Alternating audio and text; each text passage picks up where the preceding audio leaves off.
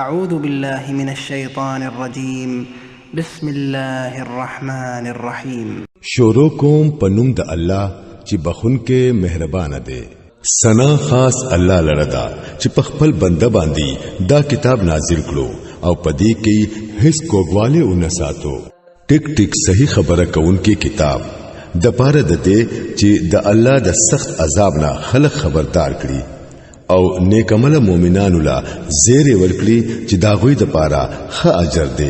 چې هغوی به پکې همیشه اوسيږي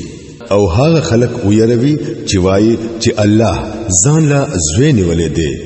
د دې خبرې نه دا غوي سره علم شته او نه دا غوي د پلار نیکو سره وو. دا لوی خبره ده چې دا غوي د خلونه اوزي هغوی خالص دروغ وایي. خنو اے نبی صلی الله علیه وسلم شاید چې تبا پدې پسې د ډېر غم دلاسا خپل ځان هلاک کړي کو دې پدې تعلیم باندې ایمان را نوړي. حقیقت دا دی چې دا کم سيزونه پدې ځمکه باندې دي دا مونږه د دې ځمکه خایس جوړ کړي دي د پاره د دې چې دا خلق وازمیو چې څوک پکې بهتر عمل کوونکې دي. اخر به مونږه د دې ټولو سيزونو نه یو هوار میدان جوړو. آیا تو ګمان کوي چې غار والا او لیکل شوی تختې والا زمونږ په نخو کې یو ډیر عجیب نه خوا کله چې هغه یو سوزوانانو په غار کې پناه واغستله او وی ویل چې اے پروردګارا په مونږ خپل خاص رحمت وکړه او زمونږ معاملې صحیح کړه. نو مونږه هم په دغه غار کې د ډیرو کلونو د پاره هغه په دلاسه سره په ډوب خوب ودکړل. بیا مونږه هغوی د دې د پاره را پاسول چې وګورو چې دا غوي په دوو ډلو کې کومه ډله د خپل مودې ټیک شمار کوي. مونږه دا غوي اصل قصه تا اورو. هغوی یو سو ځوانانو چې په خپل رب باندې ایمان راوړی وو او مونږ ورلا په هدایت کې ترقی ورکړی و او مونږه دا غوي زړونه په هغه وخت کې مضبوط کړل کله چې هغوی را پاسېدل او اعلان وکړو چې زمونږ رب خو بس هغه دی چې د اسمانونو او د ځمکې رب دی. مونږه داغه پځه بلته आवाज نکوو.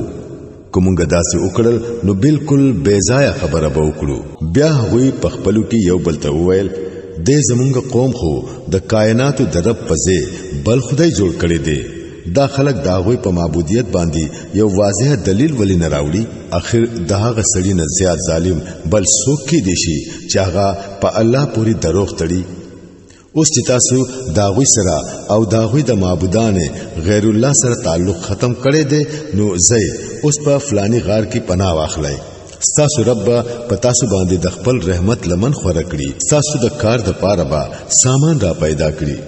چې هغوی بدی په غار کې لیدل نو تا ته به داسې ښکارېدل چې نور کله راخیږي نو دا غوی د غار نه بچ بچ خی طرف ته راخیږي او چې کله پریوزي نو دا غوی نه بچ بچ ګس طرف ته پریوزي او هغوی په غار کې دننه په یو فراخه ځای کې پراته دي. دا د الله د نخونه یو نخه ده. چاته چې الله هدایت وکړي نو هم هغه هدایت بندون کې دی او چې څوک الله بیلار کړي نو داغه د پاره تو څوک لار خودون کې مددگار نشي مندلې. چې هغوی ته بدی قتل نو تاب ویل چې ویختي حالکه هغوی ودو وو.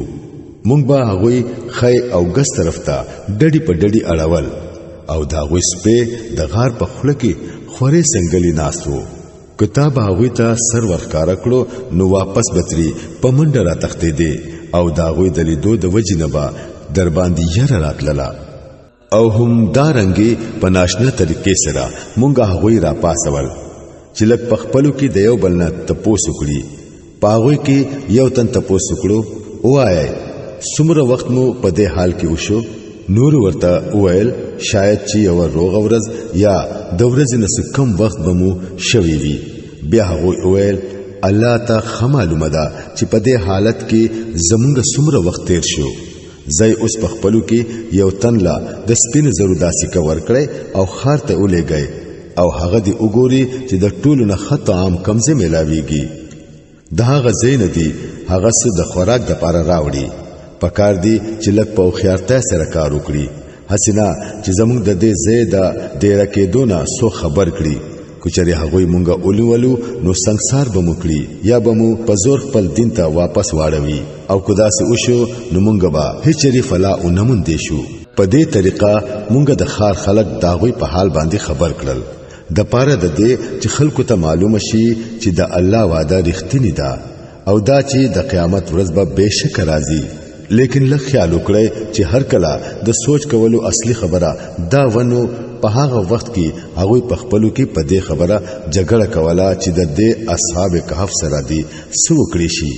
سو خلکو وویل په دوی باندې یو دیوال جوړ کړي د دوی رب د دوی په معاملې باندې ښه عالم دی. حکم خلک چې داغوی په معاملات باندې غالب وو هغه وویل مونږ خو په دوی باندې یو عبادت خانه جوړو. ته خلک بوایي چې هغه درې وو او سلورم داغوی سپې وو او څوک بوایي چې هغه پنځو او شپږم داغوی سپې وو. دوی ټول اٹکلی خبرې کوي. سنور خلک وایي چې وو او اتم داغوی سپې وو. ورته وایا چې زما رب ته خه معلومه ده چې هغه څومره وو. ډېرو کوم خلکو ته دا غوي صحیح تعداد معلوم دی. پس ته د سرسری خبرې نه زیات دا غوي د تعداد په حق له د خلکو سره بیس مکوا او ما دا غوي په حق له د چانه تپوس کوا. وګوره د سسیس په حق له هیڅ کله دا موایا چې زبا سبالا دا کار کوم ته هیڅ نشي کوله ما سوا د غینا چې الله وغواړي. کچری په هر سره دی دا څه خبره د خلینو اوزي نو فورن خپل رب یاد کړه او وایا امید دی چې زما رب په دې معاملې کې ماته داسې خبره اوخی چې هغه با صحیح والی ته د ټولو نه زیاته نږدې وي. او هغه په خپل غار کې 300 کال وخت تیر کړو او څو خلک د مودې پشمار کې 9 کاله نور هم ور زیات شوي دي. تو ورته وایا الله ته داوی د قیام موده خه معلومه ده. د اسمانونو او د ځمکې ټول پټ حالونه خاص هغه ته معلوم دي. څنګه خده هغه لیدونکو او اوریدونکو د ځمکې او د اسمانونو د مخلوقاتو خبر اغستونکو داغه نه سیوا بل څوک نشته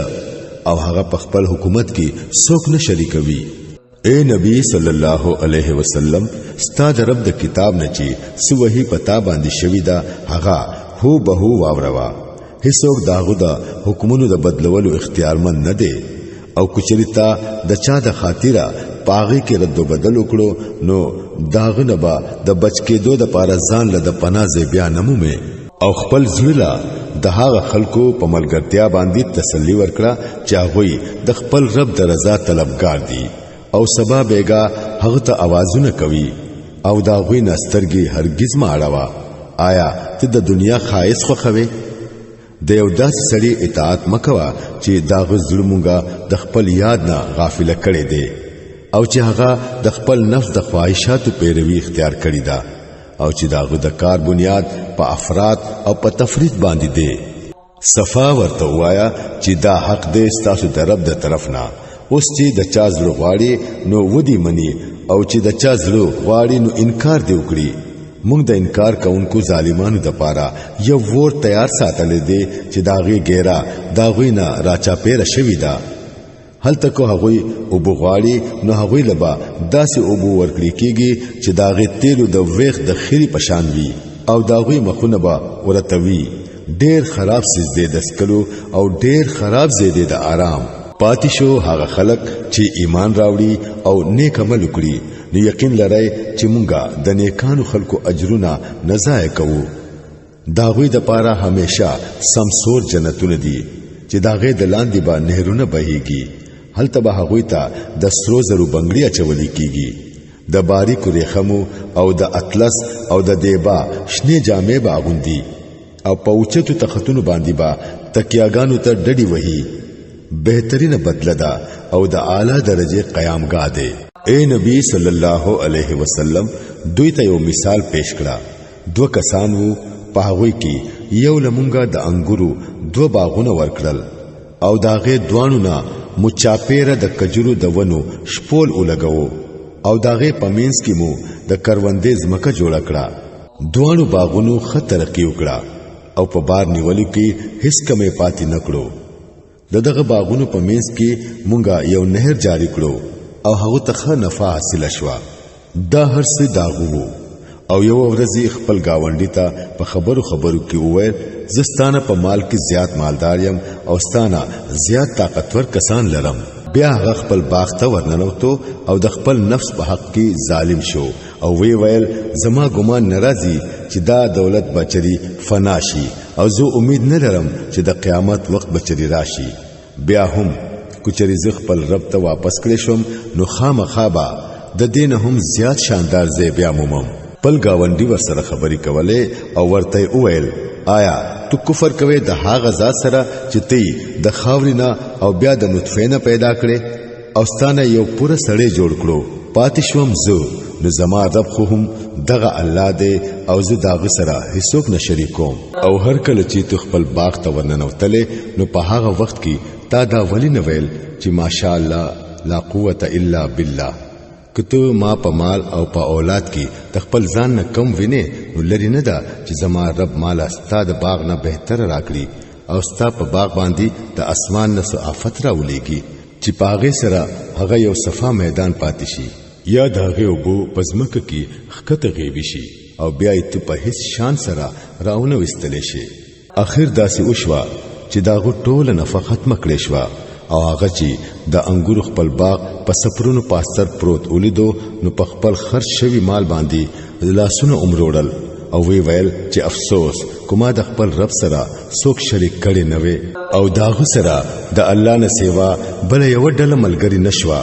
چې داغه سره امداد کړي وي او نه په خپل د دې آفت مقابله وکړي شو. په دغه وخت کې معلومه شو چې د کارونو سمولو اختیار خاص هم الله لره دی چې حق دی، انعام هم هغه بهتر دی چې هغه ورکړي او انجام هم هغه خده چې هغه اوخی. او اے نبی صلی الله علیه وسلم دوی د دنیا د ژوند په حقیقت باندې په دې مثال سره په هکړه چې نن مونږه د اسمان نه وبرا ورولې نو د زمکي بوټي خ غن شو او سباله دغه بوټي زره زره شو چې هواګانی الوزوي. الله په هر څه باندې قدرت لري. دا مال او دا اولاد صرف د دنیا د ژوند یو لنډ وخت تیز خایس دی، په اصل کې خو ستا د رب پنځ باقی پاتې کېدونکو نیکیانی د نتیجې په لحاظ سره بهتر دي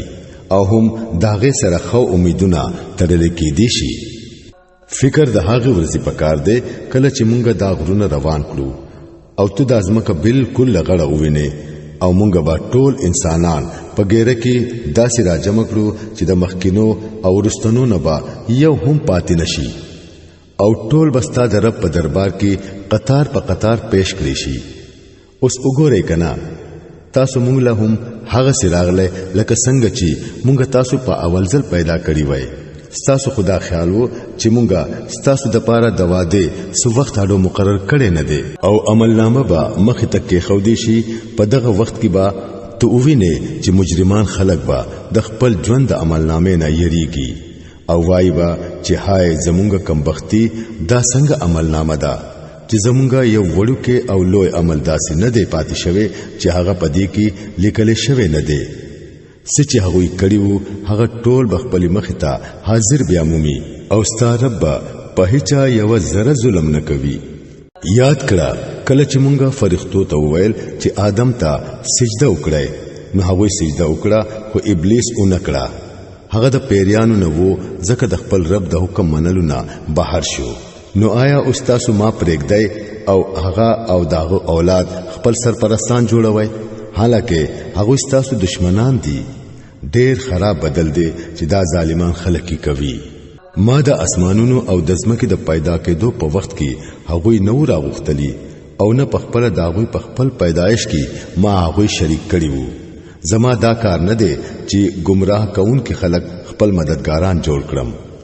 بیا بس کوي دا خلک په هغه ورځ کله چې د دوی رب دوی ته وایي چې आवाज وکړي اوس هغه هستیانو ته چې تاسو زما سره شریک ګڼلی وو. دوی به هغوی ته आवाज وکړي خو هغوی به د دوی مدد لرا نشي او مونږ به د دوی په منځ کې د هلاکت یو کند شریک کړو. ټول مجرمان به په دغه ورځ ور ویني او پوهیږي به چې اوس به پکې ورغورځيږي او هغوی به داغې نه د بچ کېدو د پاره د پناه هیڅ ځای ونمومي. مونږ په دې قرآن کې خلق په هر طریقه په هکړل خو انسان ډېر جګړه مار دی. دوی ته چې کله هدایت راغې نو داغه د منلونا او د خپل رب په حضور کې د معافی غوښتلونا اخر سسي دوی منې کړل بل هیڅ ندی خو دوی بس د دې خبرې انتظار کوي چې د دوی سره دی هم هغه څه وشي کم چې د تیر شو قومونو سره شوي دي یا دا چې دوی عذاب مخ ته روان اوویني رسولان مونږه د دې کار نه سیوا د بل څه غرض د پاره نه لیګو بس دا چې د زیری ورکولو او د يرولو خدمت سرته ورسوي مګر د کافرانو دا حال دی چې دوی د باطل په ذریعہ د حق د ښکته کولو کوشش کوي او دوی زما د آیاتونو نه او کم خبرداري چې ورته شوه دي داغه نه ټوکه مسخره جوړه کړی دا او د هغه سړی نه زیات ظالم بل څوک دی چې هغه ته د خپل رب د آیاتونو او رولو په ذریعہ نصيحت وکړي شي او هغه داغه نه مخ واړوي او هغه خراب انجام ترې هیر شي کم چې هغه په خپل لاسونو د خپل ځان لپاره تیار کړي دي کم خلکو چې دا طریقه اختیار کړی دا داغوی پزلونو باندې مونږه پردې غوړولې دي چې هغه د قران په خبره باندې په هدو ته نه پریږدي او داغوی په غوګونو کې مونږه درنواله پیدا کړی دي کته هغه هر څومره هدایت طرف ته راو بلې هغه به په دې حالت کې هیڅ هدایت اونمومي ستارب ډیر معاف کون کې او رحم کون کې دی که هغه د دوی په عملونو باندې د دوی نیول غوښتلې نو ضرب پر عذاب را لګلې لیکن د دوی د پاره د واده یو وخت مقرر دی او دوی به دا غینه د تختی هیڅ لار اونمومي دا عذاب وهلي کلیس تاسو مخ ته موجود دي هغه چې کله ظلم وکړو نو مونږه هغه هلاک کړل او په هغه کې د هر یو د هلاکت د پاره مونږه وخت مقرر کړی وو دوی ته هغه قصه لکشان واوروا کوم چې موسی علی السلام ته پیښ شوی و کله چې موسی علی السلام خپل خادم ته ویلی وو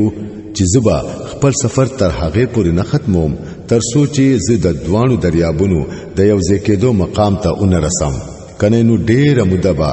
زه هم دغه روان یم بیا چې کله هغوی داغه دوانو دریابونو د یو ځکېدو مقام ته ورسېدل نو د خپل مهینه بے پروا شول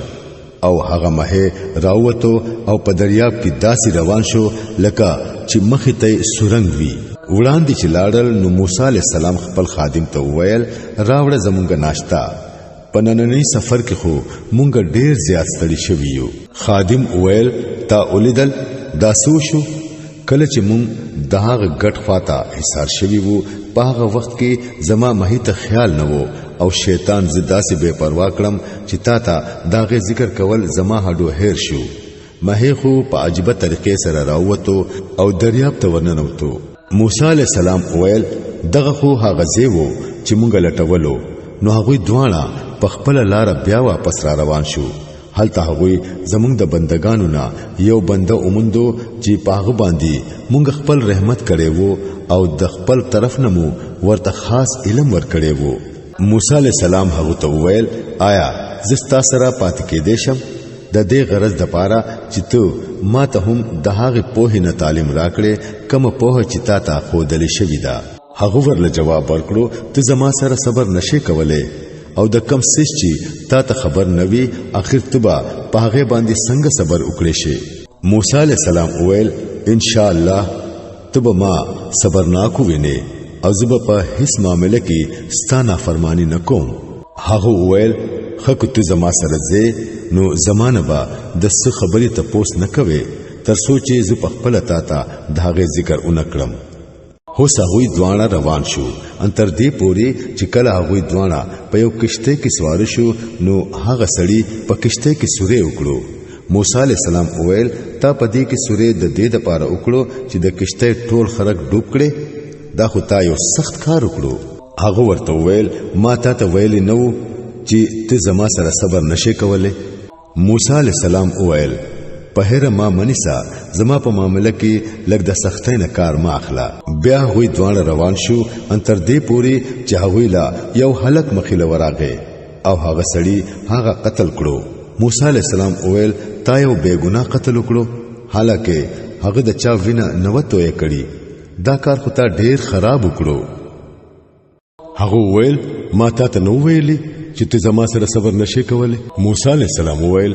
د دین رستو کوماستانه ست پوس وکړو نو ما بیا ممل کرے کوا اوس خو زما د طرف نه تاته عذر میلاو شو. بیا هغوی وړاندې روان شو ان تر دې چې یو کلی ته ورسېدل او داغه کلی د خلکو نه ډوډۍ غوښتله، خو هغوی د دې دوانو د میلمستیانه انکار وکړو. هلته هغوی یو دیوال ولیدو چې را پریوتو ته نږدې وو. هغه سړي هغه دیوال دوباره جوړ کړو. موسی علیہ السلام اویل کتا غختلې نو د دې کار مزدوري دي تری اغستلې شو. هغه ویل بس زما او ستا ملګرتیا ختم شوه. اوس زه تاته دغه خبرو حقیقت خایم چې په کوم خبرو تا صبر اونکړې شو. دغه کشته معاملې داوا چې هغه د یو څو غریبانو کسانو وا چې په دریاب کې به مهنت مزدوري کوله. ما اراده وکړه چې په دې کې عیب را پیدا کړم، ځکه چې وړاندې د یو داسې بادشاه علاقه وا چې هغه به هر کشته په زور اغستله. پاتې شو هغه هلک، نو داغه مور او پلار مؤمنان وو. مونږ سره د دې یری فکر شو چې دا هلک به په خپل سرکشي او کفر سره هغوی تنگ کړي، ځکه مونږه اراده وکړه چې داغوی رب د دې په بدله کې هغوی له داسې اولاد ورکړي چې په اخلاق کې هم داغونه بهتر وي او د صله رحمت تر هم زیات امید وي. او د دې دیوال معاملې دادا چې دا دوه یتیمانانو الکانو دي چې په دې خار کې اوسېږي. د دې دیوال لاندې د دې بچو د پاره یو خزانه خخ کړې شوې ده او داوی پلار یو نیک سړی وو. په دې وجہ ستارب اوختله چې دا دوه بچي دی بالغان شي او خپل خزانه دی راو باسي. دا کار ستا د رب د رحمت په وجہ شوی دی، ما سي په خپل اختیار سره نه دی کړي. دا د حقیقت د هغه خبرو چې په هغه باندې تا صبر اونکړې شو. او اے نبی صلی الله علیه وسلم دا خلق ستانه د ذوالقرنین په حق له تپوس کوي. دوی ته وایا زه داغه سوال تاسو ته وروم. مونږ هغه له پزمکه کې اقتدار ورکړې وو او هغه له مو د هر قسم اسباب او ذرایع ورکړي وو. هغه اول د مغرب طرف ته د یو مهم تیاری وکړو ان تر دې پوري چې کله د نور د ډوبېدو حتی ورسېدو نو هغه ولیدو چې نور په تورو اوبو کې ډوبېږي او هلته داغ سره یو قوم میلاو شو. مونږ ورته وویل ای ذوالقرنینا تا دا طاقت هم حاصل دی چې ته دوی له تکلیف ورکړي او دا هم چې ته د دوی سره نیکه طریقه اختیار کړي. هغه وویل څوک چې په هغوی کې ظلم کوي مونږ به هغوی لا سزا ورکوو، بیا به هغوی خپل رب طرف ته واپس کړي شي او هغه به ورلا نور زیات سخت عذاب ورکړي. او څوک چې په هغوی کې ایمان راوړي او نیک عمل کوي داغوی د پاره ښه جزا ده او مونږ به هغه ته نرم حکمونه کوو. بیا هغه د دویم مهم یعنی سفر تیاری وکړو ان تر دې پوري چې د انور د خطو حتی ورسېدو. هلته هغه ولیدو چې انور په یو داسې قوم باندې راخېږي چې داغوی د پاره د انور نه د بچ کېدو ذریعہ مونږ نه د جوړه کړي. دا حال و داغوی او د ذوالقرنین سره چې سو هغه مونږ ته معلوم وو. بیا هغه د یو بل مهم تیاری وکړو ان تر دې پوري چې کله د دوو غرونو منځ ته ورسېدو نو هلته ورته یو قوم میلاو شو چې ډېر په مشکله به په خبره پوهېدل. هغه خلکو اویل ای ذوالقرنینا یاجوج او ماجوج په دې ځمکه کې فساد خوروي، نو آیا مونږ تعالی سټیکس د دې کار د پاره درکړو چې تو زمون او د هغوی په منځ کې یو بند جوړ کړي. هغه اویل سچې زما رب مال را کړی دی هغه ډیر دی، تاسو بس په مهنت کولو سره زما امداد وکړئ. زستاسو او د هغوی په منځ کې بند جوړوم. مال د وسپنی صادر راوړای.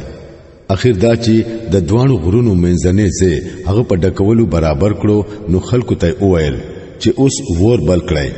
ان تر دې پوری چې کلا دا د اوسپنی دیوال بالکل د ور پشان سور شو نو هغه اویل راوړې اوس زو په دې باندې ولیکړې شوی تانبا اچوم. دا بند داسې وو چې یاجوج ماجوج پاغه باندې ورختل هم نشو او پاغه کې سورې کول خو ورته نور هم ګران وو. ذوالقرنین ویل دا زما د رب رحمت ته، خو چې کله زما د رب د واده وخت راشي نو هغه به د خاور سره هوار کړي او زما د رب وعده حق ده. په هغه ورځ به مونږ خلق پرېږدو چې د سمندر د چپو پشان په یو بل کې ورننوزي او په سور کې به پوکې وهلې شي او مونږ به ټول انسانان راجمع کړو